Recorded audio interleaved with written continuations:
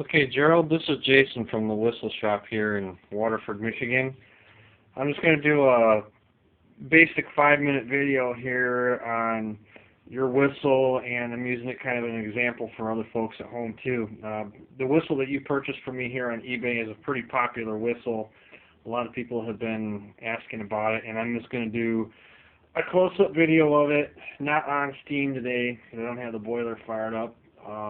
But I'm going to do a little demonstration on air.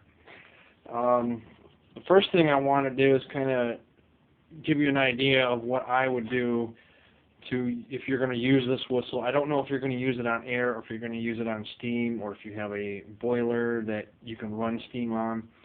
I know the expansion ratio of steam is much greater than air. It's about 1,700 to 1. So 1,700 times the volume in steam than you would get out of air. If you have an air compressor, I don't know if it'd be any similar to maybe what we have here in the shop. This one's not a very big one. It's probably a 20-gallon upright, maybe a little bit bigger, at 155 psi. What I would normally do to test a whistle out is I would take it out to the boiler, fill our boiler full of air as an extra reservoir so I get twice the volume between the tank on the air compressor and the boiler itself, because I have a whistle valve that would work for this on the boiler, and it comes directly off my steam dome, so there's no restriction between the steam dome and the whistle itself. Now, I've seen a lot of people try to do a little rig up kind of like this. I don't recommend doing this, but this is just an example for this video here. If you notice at the end here, I have a male connector for a hose, for an air hose, and then a reducer into the 1/2 inch. This is a gas valve. It's a 1/4 turn gas valve. You can use a 1/4 turn ball valve, but I wouldn't recommend it for a whistle unless it's a smaller whistle. Out the other end of the 1/4 turn ball valve is the other 1/2 inch, and I made this little apparatus that goes from 1/2 inch to 1 inch and then into the whistle. If you notice the difference, you would have something that's about the size of maybe less than a 1/4 inch all the way up to something that is 7/8 inch inner diameter. Now, if you look through it, you might be able to see the, I guess you can't see it. I thought you could see the light through that hole there, but when you're reducing your volume and your pressurized volume, whether it be air or steam, through an apparatus like this into your whistle, and then adding a really small air line in between your unit where you have all that pressure stored up, you're choking your whistle. And the same goes for a lot of the larger whistles that I build here too. There's other videos on YouTube where guys have these larger whistles like the Hancock, the 3-chime long bell that's about 24 inches long with a 2-inch diameter steam inlet. You have to have that right off of your air tank or your boiler, meaning you have your little maybe nipple fitting that comes off of the steam dome of a boiler, or a nipple fitting that comes off the side of a vertical boiler into a street elbow, and then on your street elbow would be either your whistle with a valve in it or a valve and then the whistle. You never want to try to put a whole bunch of stuff in between. It just, your whistle won't even work in that regards.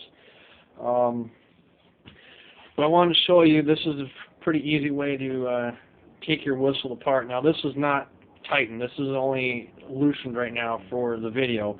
When I go to package this up and ship this out to you here tomorrow, this will be tightened down, so none of this will be able to rock loose. But because I'm holding the camera with one hand, I gotta have one hand free here to be able to do this. So basically what I do is I take the nut off the top, as you can see.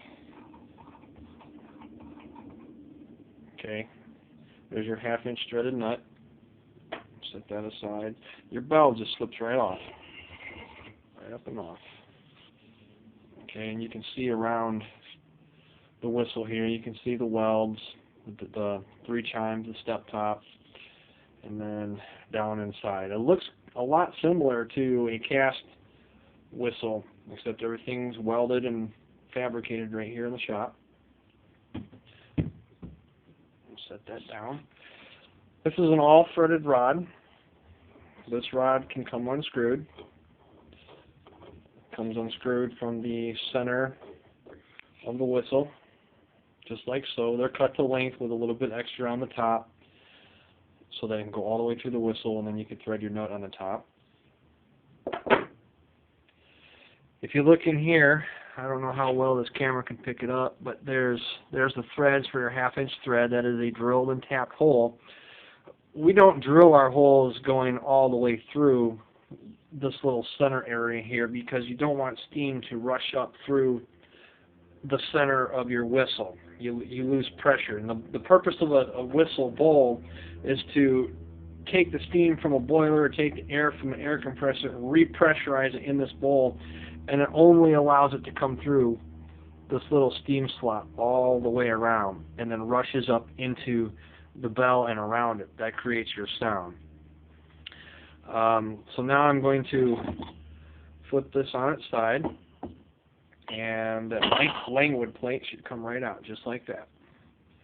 Now if you look on the inside, there are pieces in here that are welded to hold the center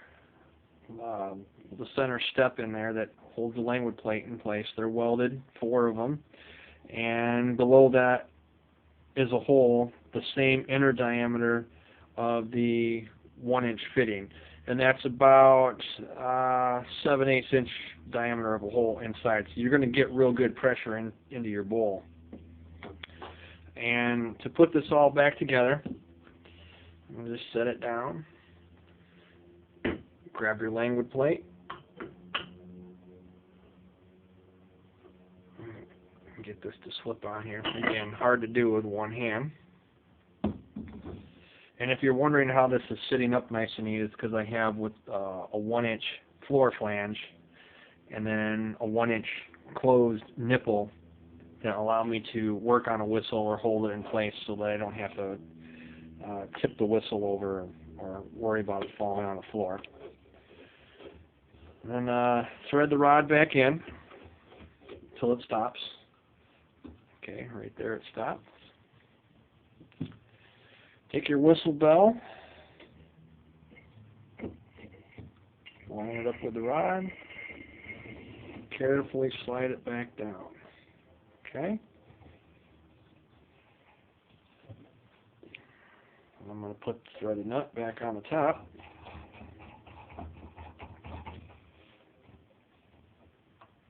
And again, for the video's purpose, I'm just doing that hand tight. I will tighten it down with a wrench. I have a 10-inch combination wrench here, or crescent wrench as people call it too, and just tighten that bolt down and make sure it's good and snug. You don't want that to come loose and start flying away on you, especially with the languid plate in there. Once this bell is on this languid plate, everything's flush and even, and with the bell being tightened down, it holds that languid plate in place. So basically, that's it. That's how the whistles come apart. They're welded and machined here. Even the fittings are machined to be 100% true with the bowl, and the same way with the taper on the bottom of the bell there. Everything's machined to be nice and straight. So if you have any questions, give me a call here at the shop. It's 248-599-9118. Thanks for watching.